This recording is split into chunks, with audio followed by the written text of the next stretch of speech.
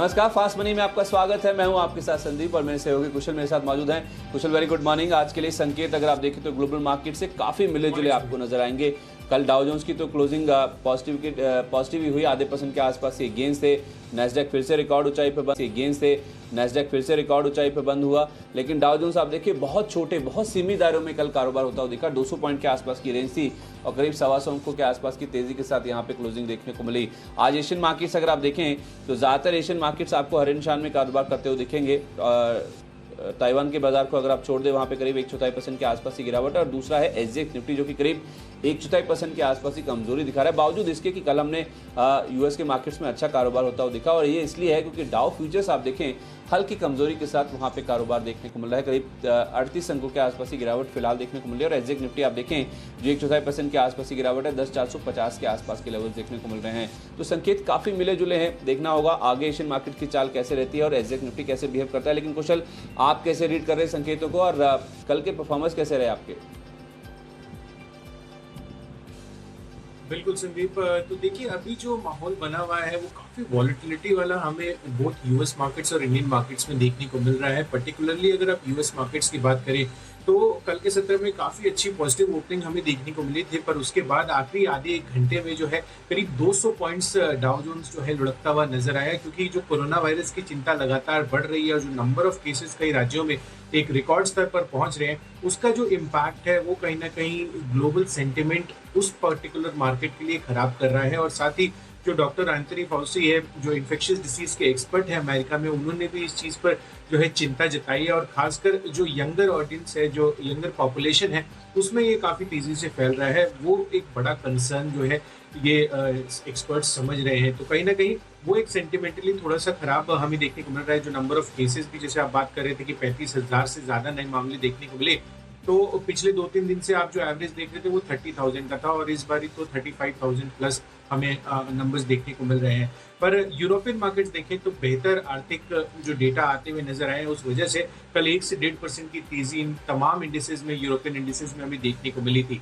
इसके साथ साथ अगर आप देखें पर्टिकुलरली हमारे मार्केट्स, तो यहाँ पे तो काफ़ी पॉजिटिविटी हमें पिछले दिनों भी देखने को मिली थी। पर बहरहाल अगर आप पर्टिकुलरली देखें तो कल के सत्र में जो परफॉर्मेंस थे, कल का दिन तो बहुत ही लर्निंग वाला दिन था, क्योंकि जैसे ही हमने आपको सारे स्टॉक्स रेकमेंड किए थे, जिसमें अगर आप देखें पर्टिकुलरली जो ग्लोबल क्यूज बन रहे थे और खासकर जो व्हाइट हाउस के जो एडवाइजर हैं, इनका जब स्टेटमेंट आया था कि जो यूएस चीन के बीच में डील है वो ओवर हो गई है, पर उसके बाद इमीडिएटली एक क्लैरिफिकेशन आया और उसके साथ साथ ट्रम्प का ट्वीट भी आया। तो उस वजह से कहीं ना कहीं मार्केट्स ने जो गिरावट का रुझान बनाया था प्रीवियस स्टेटमेंट्स पर, वो पूरा रिवर्स होता हुआ नजर आया। और उसी लिहाज से मैंने जो आपको शॉर्ट्स कॉल दिए थे वो कहीं ना कहीं कल ट्रिगर होते हुए नहीं नजर आए, क्योंकि जो मूड माहौल था वो ड्रास्टिकली चेंज होता हुआ दिखा। तो उस लिहाज से पर डायरेक्शनली 2 स्टॉक्स मेरे ऐसे थे जो पॉजिटिव जो एक्चुअली परफॉर्म करते हुए नजर आए, जिसमें जेएसपीएल पहला था।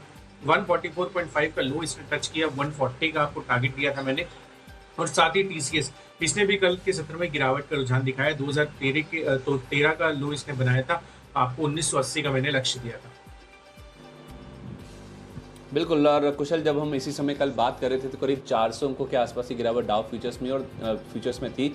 और जब आपने कहा कि जैसे क्लैरिफिकेशन आया उसके बाद एकदम पूरी की पूरी वो जो गिरावट थी वो वाइप आउट हो गई और सपाट होता हुआ दिखा था डाउ फ्यूचर्स। तो उस लिहाज से कल हमने आपको सेल कॉल्स ज़्यादा बताए थे। मैंने आपको 2 खरीदारी के ट्रेड्स भी बताए थे। अच्छी बात है कि मैंने 2 खरीदारी के ट्रेड्स बताए थे और वही कारगर साबित होते हुए दिखे। दोनों के टारगेट हिट हुए। जीएम ब्रेवरीज, मैंने कहा था नतीजों से पहले आप खरीदारी कीजिए। 422 का लक्ष्य दिया था, 435 तक के हाई स्टॉक ने बनाए। और आईसीआईसीआई प्रूडेंशियल शानदार परफॉर्मेंस था, 5% की तेजी के साथ तो ये बंद हुआ। मैंने आपको 412 का लक्ष्य दिया था, 429.20 तक के हाई इसने बनाए। तो ये 2 स्टॉक्स हैं जो कि कल के सेशन में परफॉर्मेंस थे।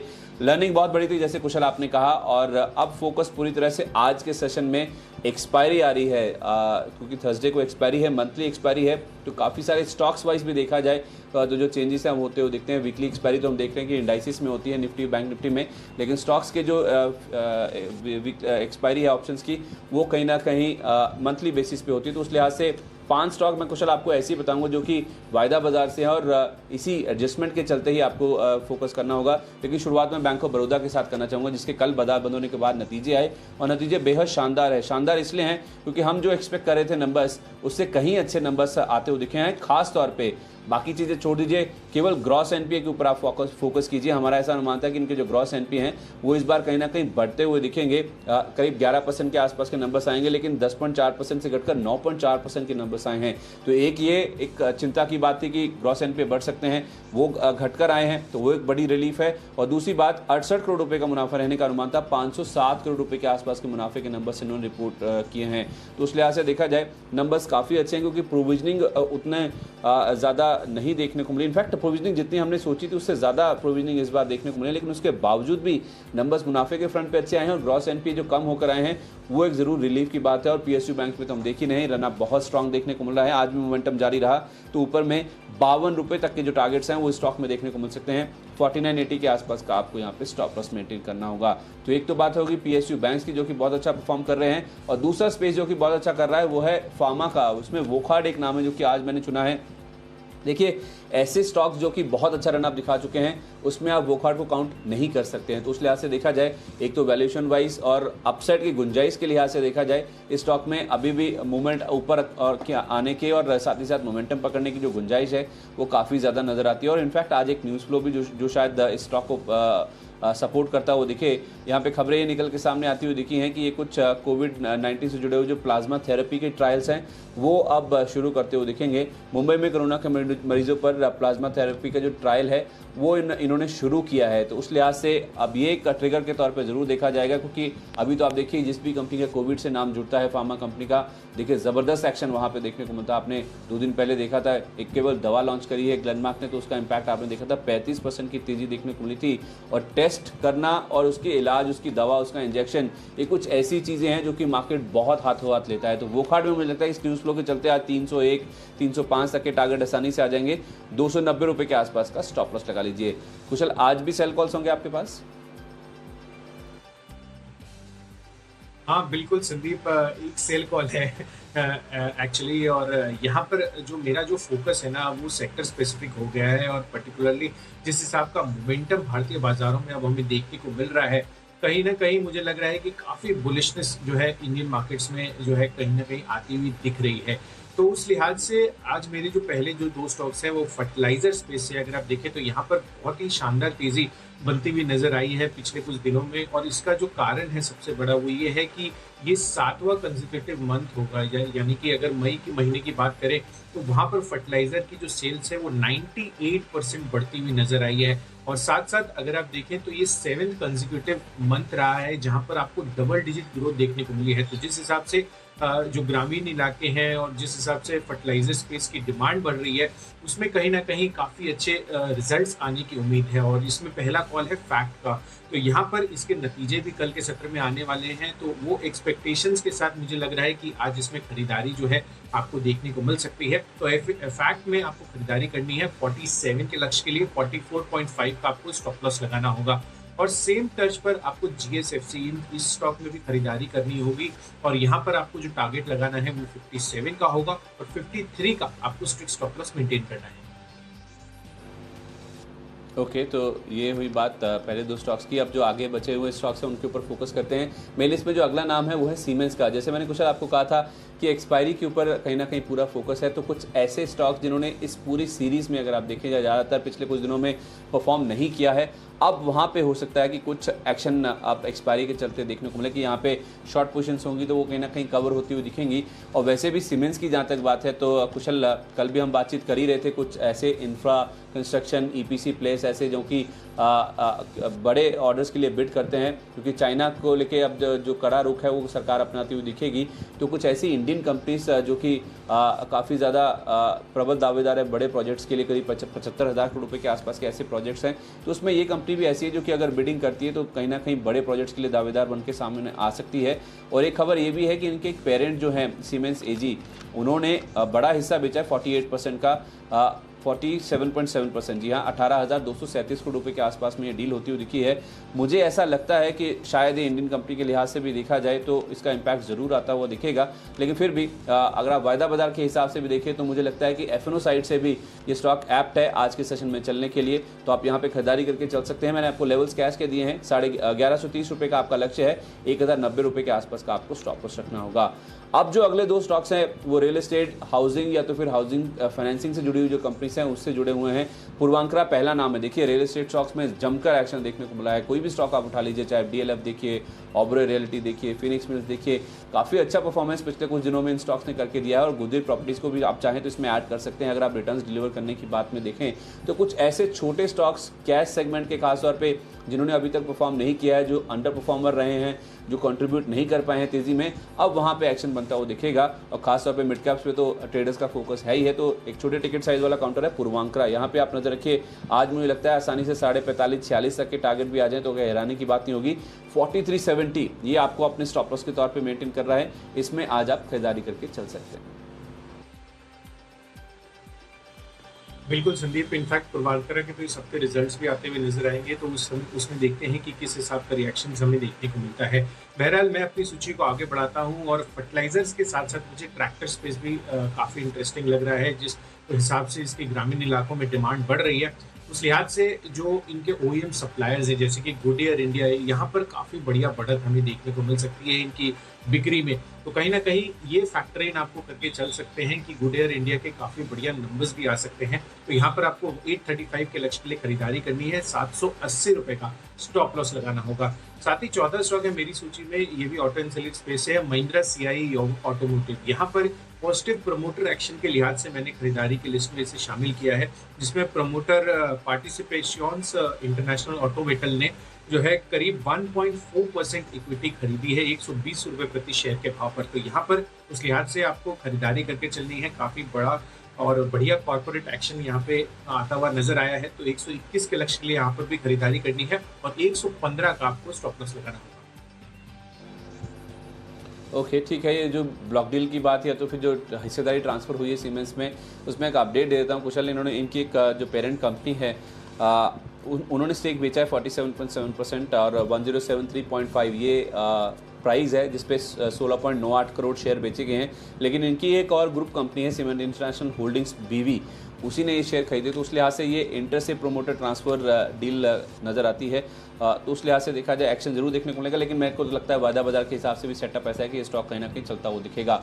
पांचवा स्टॉक जो मेरी लिस्ट में है कुशल वो है हुडको का। ये स्टॉक भी आप देखें तो ट्रेडर्स फेवरेट है, छोटे टिकट साइज वाला है और हाउसिंग से ही कहीं ना कहीं जुड़ा हुआ है। सरकारी जो प्रोजेक्ट्स हैं उनकी फंडिंग में ये कंपनी ज़्यादातर हिस्सा निभाती है और अब कहीं ना कहीं सरकार का फोकस होगा किस तरह से जीडीपी ग्रोथ को वापस लाया जाए, बड़े बड़े प्रोजेक्ट्स को यहाँ पे फिर से शुरू किया जाए। और ये कंपनी अगर आप देखें तो अफोर्डेबल हाउसिंग में भी काफ़ी बड़ा इनका योगदान है। तो उस लिहाज से देखा जाए कहीं ना कहीं इनके कारोबार में एक रियल एस्टेट का टच भी आपको नजर आएगा। तो ऐसे स्टॉक्स जो कि रियल एस्टेट को बिलोंग करते हैं उनमें हमने देखा पिछले कुछ दिनों में काफ़ी अच्छा मूव बनता हुआ दिखा है। तो हुडको भी हो सकता है कि उसमें पार्टिसिपेट करता हुआ दिखे। छोटे टिकट साइज वाला तो है ही है। ये तो अपने इशू प्राइस जो कि 60 रुपये का था वहाँ से भी अगर आप देखें आधे से भी कम दाम में अवेलेबल है। तो उस लिहाज से देखा जाए अपसाइड की जो गुंजाइश है वो बहुत ज़्यादा नजर आती है। जहाँ तक हुडको की बात है मुझे लगता है 28 रुपये 90 पैसे 29 रुपये तक के टारगेट आज आसानी से आ जाएंगे। 27 रुपये 70 पैसे का स्टॉप लॉस लगा लीजिए। बिल्कुल संदीप, इनफैक्ट सीमेंट्स के लिए एक और पॉजिटिव क्यूज भी बनते हुए नजर आ सकते हैं क्योंकि कैपिटल गुड्स स्पेस काफ़ी अच्छा कर सकता है। जिस हिसाब से सरकार जो है चीनी कंपनियों पर सख्ती लगा रही है और नियमों में जो है जो कड़ाई बढ़त रही है उसका इम्पैक्ट जो है इनको ऑर्डर मिलते हुए नजर आ सकते हैं। जितनी भी कैपिटल गुड्स की स्पेस की कंपनियां हैं, कल हमने आपको बताया भी था इस बारे में। बहरहाल पांचवा स्टॉक जो है मेरी सूची पे वो है अडानी पावर का। यहाँ पर आपको खरीदारी करके चलनी है क्योंकि इन्होंने उड़ीसा पावर में 49% स्टेक खरीद लिया है करीब 1020 करोड़ में। और यहाँ इस वजह से इनकी जो सिनर्जी है वो काफ़ी बेहतरीन होती हुई नजर आएगी और पावर सेक्टर में जो एक्सपेंशन है पर्टिकुलर उड़ीसा स्टेट में, यहाँ पर भी अच्छी मजबूती इनको मिल सकती है। तो अडानी पावर उस लिहाज से आपको खरीदारी करके चलनी है। 39 का टारगेट रखता है, 37 का स्ट्रिक्ट स्टॉप लॉस मेंटेन करना होगा। अच्छा, आपकी लिस्ट में नहीं होता ना कुशल, तो अदानी पावर मुझे भी ज़रूर अपनी लिस्ट में शामिल करना था और ये वायदा बाजार के हिसाब से होता है। मुझे लगता है कि स्टॉक चलने को बिल्कुल तैयार है। जहाँ तक वायदा बाजार की पोजीशंस की जो बात है, क्योंकि शॉर्ट पोजीशंस काफ़ी ज़्यादा हैं इसमें, तो यहाँ पे कहीं ना कहीं पोजीशन रिवर्स होने की उम्मीद में मैं भी यहाँ पे खरीदारी करता। न्यूज़ फ्लो तो है ही है जो कि आज कहीं ना कहीं इंपैक्ट करता हुआ दिखेगा। बहरहाल जो पहले 10 स्टॉक्स आपको बताए गए हैं उसका एक जल्दी से रिकैप कर लेते हैं। मैंने आपको 5 स्टॉक खरीदारी के बताए हैं। बैंक ऑफ बड़ौदा जिसके नंबर्स अनुमान से बेहतर आए हैं, 52 का टारगेट लेके इसमें खरीदारी कर सकते हैं। वोखार्ड ने ट्रायल्स शुरू किए हैं प्लाज्मा थेरेपी के मुंबई में, तो उसका इंपैक्ट रहा तो 301 तक के टारगेट देखने को मिलेंगे। सीमेंट्स में वायदा बाजार के सेटअप के लिहाज से एक बाउंस बैक के लिए स्टॉक तैयार तैयार है, 1130 रुपये का टारगेट होगा। और दो रियल एस्टेट और अफोर्डेबल हाउसिंग से जुड़े हुए स्टॉक्स हैं, पूर्वांकुरा और हुडको, यहाँ पे आज खरीदारी बनती हुई दिख सकती है। पिछले कुछ दिनों में रियल एस्टेट बहुत अच्छा चला है, पूर्वांकुरा में 45.5, हुडको में 28 रुपये 90 पैसे के टारगेट के लिए अप्रोच कर सकते हैं। तो बिल्कुल संदीप, तो मेरी सूची में पहले जो दो स्टॉक्स है फर्टिलाइजर स्पेस से है, जिस हिसाब से तेजी हमें इनकी बिक्री में बनती हुई नजर आ रही है, उस लिहाज से काफी अच्छे इनके रिजल्ट्स भी हो सकते हैं। फैक्ट के नंबर्स भी हैं कल। इनफैक्ट साथ साथ जीएसएफसी इसमें भी खरीदारी करके चलनी है। और इसके अलावा गुडियर इंडिया ट्रैक्टर स्पेस में एक बड़ा ओईएम सप्लायर्स है और यहाँ पर अच्छी पॉजिटिविटी आपको देखने को मिल सकती है। साथ ही पॉजिटिव प्रमोटर एक्शन के लिहाज से महिंद्रा सीआई में खरीदारी करनी है। और अदानी पावर, इन्होंने ओडिशा पावर में 49% हिस्सेदारी खरीदी है। ये एक पॉजिटिव क्यूज इनके लिए बन सकता है। ओके, तो 10 शेयर आपके सामने हैं। जो बाकी बचे हुए 10 शेयर हैं, अब उनके ऊपर फोकस करते हैं। जो अगला नाम मेरी लिस्ट में है वो है एचडीएफसी लाइफ का। ये भी अगर आप देखा जाए तो एक वायदा बाजार का ही हिस्सा है, तो उस लिहाज से यहाँ पे भी शॉर्ट पोजीशंस काफ़ी ज़्यादा है। और कल भी अगर आप देखें तो स्टॉक में कई दिनों के लंबे कंसोलिडेशन के बाद एक मूव आना शुरू होता हुआ दिखा है। तो एचडीएफसी लाइफ में मुझे लगता है कि कल जो मूव शुरू हुआ है उसका जो एक सस्टेन्ड बाइंग है कल के सेशन की जो हुई थी, आज भी कहीं ना कहीं फॉलोअप बाइंग के तौर पर देखने को मिल सकती है। 550 ये आपका टारगेट प्राइस है आज के लिए। 531 रुपये के आसपास का आप स्टॉप लॉस रख लीजिए। यहाँ पे तो खबरें भी हैं कि लाइफ इंश्योरेंस कंपनीज को भी अब कोविड-19 से जुड़े हुए जो प्लान्स हैं वो जारी करने की यहाँ पे मंजूरी देगी है IRDA की ओर से। तो उसका कहीं ना कहीं पॉजिटिव इंपैक्ट आज के सेशन में देखने को मिलेगा। अगला नाम है NLC इंडिया का। ये भी एक सरकारी कंपनी, पहले मैंने आपको हुडको भी बताया, सरकारी स्टॉक्स वैसे ही फोकस में है। और NLC इंडिया की जहाँ तक बात है तो इसके नतीजे भी आए हैं, और नतीजे इसके भी अगर आप देखिए जिस तरह का चैलेंजिंग माहौल है उस लिहाज से देखा जाए तो नंबर्स काफ़ी इंटरेस्टिंग नजर आ रहे हैं, इनफैक्ट अच्छे नजर आ रहे हैं। तो उसका इंपैक्ट आज हो सकता है पॉजिटिव साइड पे रहे। इनकी जो आय है वो करीब 24.5% के आसपास बढ़ी है। वो मुनाफा भी ये मेंटेन कर पाए। 496 करोड़ वाला मुनाफा 498 करोड़ रुपए के आसपास आता है, वो दिखा है आधे % ही बढ़ा है, लेकिन ये मेंटेन कर पाए हैं इस चैलेंजिंग माहौल में भी। ये मुझे लगता है काफ़ी ज़्यादा पॉजिटिव के तौर पे देखा जाएगा। और वैसे भी एक चीज़ जो मुझे बहुत पसंद है इस कंपनी को लेके, सरकारी कंपनी है वो तो बात है ही है, लेकिन वैल्यूएशन बहुत अच्छे हैं। आप कई सारे मिड कैप देखिए उठा के 50-50, 60-60% के आसपास अपने लोअर लेवल से चल चुके हैं, लेकिन इस स्टॉक में देखिए अभी भी बहुत ज़्यादा मूवमेंट नहीं आता हुआ दिखा है। तो उस लिहाज से देखा जाए अंडर परफॉर्मर है, चाहे PSUs की बात करें या मिड कैप्स की बात करें। 50.5-51 तक के टारगेट्स के लिए अप्रोच करें। 48 रुपये 30 पैसे का स्टॉप लॉस लगा लीजिए। तो मेरी सूची को मैं आगे बढ़ाता हूँ और यहाँ पर एशियन पेंट्स, इसमें बिकवाली करके चलनी है। कल काफी सारे सेल स्टॉक्स हो गए थे, आज मैंने केवल एक सेल कॉल दिया है जो है एशियन पेंट्स। यहाँ पर नंबर्स जो है अनुमान से कमजोर आते हुए नजर आए हैं। इनफैक्ट मुनाफा जो है 486 करोड़ से घटकर 480 करोड़ आया। हमारा जो अनुमान था वो 527 करोड़ रुपए का था। साथ ही अगर आप देखें तो कामकाजी मुनाफे में भी हमारा अनुमान 876 करोड़ रुपए का था, उसके मुकाबले 860 करोड़ ही कंपनी ने पोस्ट किए हैं। साथ ही इनके वॉल्यूम्स भी अगर आप देखेंगे तो ओवरऑल इन्होंने सिंगल डिजिट में वॉल्यूम्स रिपोर्ट किए हैं, वॉल्यूम ग्रोथ रिपोर्ट किया है। तो कहीं ना कहीं इसका जो नेगेटिव इंपैक्ट है वो एशियन पेंट्स में आता हुआ नजर आ सकता है। कल के सत्र में 1.5% की तेजी यहाँ पर बनी थी। तो इसके फ्यूचर्स बेच कर चले 1640 के लक्ष्य के लिए 1720 का आपको स्टॉप लॉस लगाना होगा। साथ ही अगला जो कॉल है वो है इंश्योरेंस स्पेस से ICICI प्रूडेंशियल। कल आप देखिए 4-5% की तेजी यहाँ पर बनी थी और अब इनके लिए खबर आ रही है कि IRDA से इनको छोटी अवधि के लिए कोविड-19 के लिए जो पॉलिसीज है वो बेचने के लिए मंजूरी मिल गई है। तो कहीं ना कहीं हेल्थ इंश्योरेंस और लाइफ इंश्योरेंस दोनों आज के सत्र में फोकस में रह सकते हैं। तो ICICI प्रूडेंशियल में खरीदारी करके चलनी है। 440 के लक्ष्य के लिए 420 का आपको स्टॉप लॉस लगाना होगा। 8वां शेयर जो मेरी लिस्ट में है वो है डीमार्ट का। ये आखिरी स्टॉक है खरीदारी के लिहाज से। यहाँ पे खरीदारी आपको इसलिए करनी है क्योंकि मॉर्गन स्टैनली ने कवरेज इनिशिएट करी है ओवरवेट रेटिंग के साथ और लक्ष्य दिया है 2758 रुपये का। 17% की अपसाइड है कल की क्लोजिंग के लिहाज से भी देखें तो उस लिहाज से कवरेज इनिशिएट करने की वजह से मॉर्गन स्टैनली का जो एक्शन है वो स्टॉक में जरूर देखने को मिलेगा। 2410 का लक्ष्य है, 2335 रुपये का आपको स्टॉप लॉस मेंटेन करना है। और आखिर में दो बिकवाली के ट्रेड्स हैं। पहला नाम है यूनाइटेड स्पिरिट्स का, इसके फ्यूचर्स में आज आपको करनी है बिकवाली। ये दरअसल इसलिए क्योंकि कल भी आप देखिए लॉन्ग अनवाइंडिंग के इंडिकेशन साफ तौर पे देखने को मिला था। स्टॉक भी गिर रहा था और ओपन इंटरेस्ट में भी कमी देखने को मिली थी और स्टॉक बहुत ज़्यादा चला है हाल फिलहाल में। और आप कहीं ना कहीं पोजीशंस रिवर्स हो सकती हैं एक्सपायरी के लिहाज से। 612 ये आपका टारगेट है, 631 का स्टॉप लॉस रखें। और हूबहू यही कारण है, आप गोदरेज प्रॉपर्टीज में भी देखिए ये 900 रुपये के लेवल भी पार कर चुका है। बहुत अच्छा मूवमेंट बनता हुआ देखा है पिछले कुछ दिनों में, लेकिन अब लॉन्ग अनवाइंडिंग के जो इंडिकेशन है एक्सपायरी के लिहाज से जो रोल ओवर्स हैं वो इस तरह से हो रहे हैं कि पोजीशंस हल्की होती हुई दिख रही हैं। तो 884 रुपये ये आपका टारगेट है आज के लिए। 912 रुपये का आप स्टॉप लॉस रख लीजिए। चलिए बिल्कुल संदीप, मेरी सूची में अगले जो 3 नाम है उसमें एसबीआई लाइफ शामिल है। तो आईसीआईसीआई प्रूडेंशियल के साथ साथ एसबीआई लाइफ में भी आपको खरीदारी करके चलनी चाहिए। सेम टच है, 820 के लक्ष्य इसमें रखना है, 780 का आपको स्टॉप लॉस बनाना होगा। कल के सत्र में जिस हिसाब से रियल एस्टेट स्पेस में बज क्रिएट हुआ था, उसका मुझे लग रहा है कि पॉजिटिव इंपैक्ट आपको ओवरऑल रियलिटी में भी देखने को मिल सकता है। तो यहाँ पर आपको 400 के लक्ष्य के लिए खरीदारी करनी है, 380 के जो है स्टॉप लॉस मेंटेन करना है। और साथ ही आखिरी स्टॉक है विप्रो का। यहाँ पर इन्होंने जर्मन एक एनर्जी कंपनी है, उनसे मल्टी ईयर ऑर्डर जो है इनको मिलता हुआ नजर आया है। तो ये स्टॉक के लिए काफी पॉजिटिव खबर साबित हो सकती है। तो 230 के लक्ष्य के लिए यहाँ पर भी खरीदारी कीजिए और 212 का स्ट्रिक्ट स्टॉप लॉस मेंटेन करना। ठीक है, ये 20 शेयरों की सूची आपके सामने। अगर आपने कोई स्टॉक मिस कर दिया तो जल्दी से रिकैप कर लेते हैं। 8 स्टॉक खरीदारी के और 2 स्टॉक मैंने आपको बिकवाली के बताए हैं। बैंक ऑफ बड़ौदा, यहाँ से मैंने शुरुआत करी है, नंबर्स अच्छे आए हैं, खासतौर पे ग्रॉस एनपीए के फ्रंट पे मुनाफा भी ज़्यादा आया है जितना हम अनुमान कर रहे थे। 52 रुपये का टारगेट लेके खरीदारी करें। वोखार्ड ने ट्रायल्स शुरू किए हैं मुंबई में प्लाज्मा थेरेपी के, तो उसका एक इम्पैक्ट पॉजिटिव साइड पर हो सकता है। वैसे भी वैल्यूएशन वाइज फार्मा स्पेस में सबसे सस्ते शेयरों में से एक है, 301 का टारगेट होगा। सीमेंस में वायदा बाजार के लिहाज से एक बाउंस बैक की तैयारी होती हुई दिख रही है, 1130 रुपये का है। रियल एस्टेट से जुड़े हुए शेयरों में काफी अच्छा एक्शन बना है। आप पूर्वांकरा और हुडको, यहां पे एक्शन बना तो 45.5 के टारगेट पूर्वांकरा में और हुडको में 29 रुपए तक के टारगेट्स देखने को मिल सकते हैं। एचडीएफसी लाइफ, यहां पे भी कल कई दिनों के कंसोलिडेशन के बाद एक्शन बनता हुआ दिखा है, 550 का टारगेट लेके इसमें खरीदारी करें। एनएलसी इंडिया नेवली लिग्नाइट, यहां पे खरीदारी करें क्योंकि नंबर्स अनुमान से बेटर आए, 50.5 का लक्ष्य है। डीमार्ट पे मॉर्गन स्टैनली ने कवरेज इनिशिएट करी है, 17% का अपसाइड उनको नजर आ रहा है, 2410 का टारगेट लेके आप भी खरीदारी कर सकते हैं। और यूनाइटेड स्पिरिट्स और गोदरेज प्रॉपर्टीज हाल फिलहाल बहुत चले हैं, कल लॉन्ग अनवाइंडिंग के इंडिकेशन से बिकवाली कर सकते हैं, मुनाफा वसूली होने की संभावना है। 612 यूनाइटेड स्पिरिट्स में, 884 के लक्ष्य गोदरेज प्रॉपर्टीज में।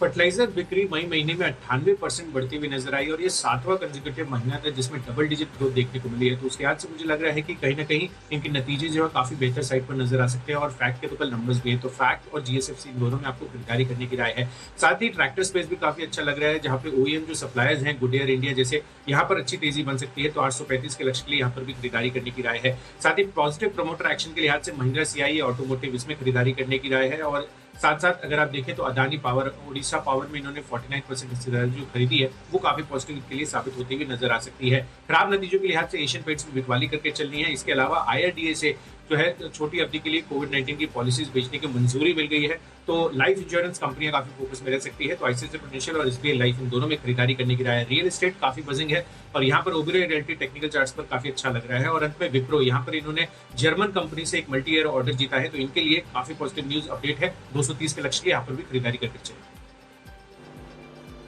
चलिए, 20 शेयरों की सूची आपके सामने। उम्मीद करते हैं आज का दिन आपके लिए मुनाफे वाला हो। इसी उम्मीद के साथ फास्ट मनी में आज के लिए इतना ही। एक छोटे से ब्रेक के बाद शेबदार लाइव। नमस्कार।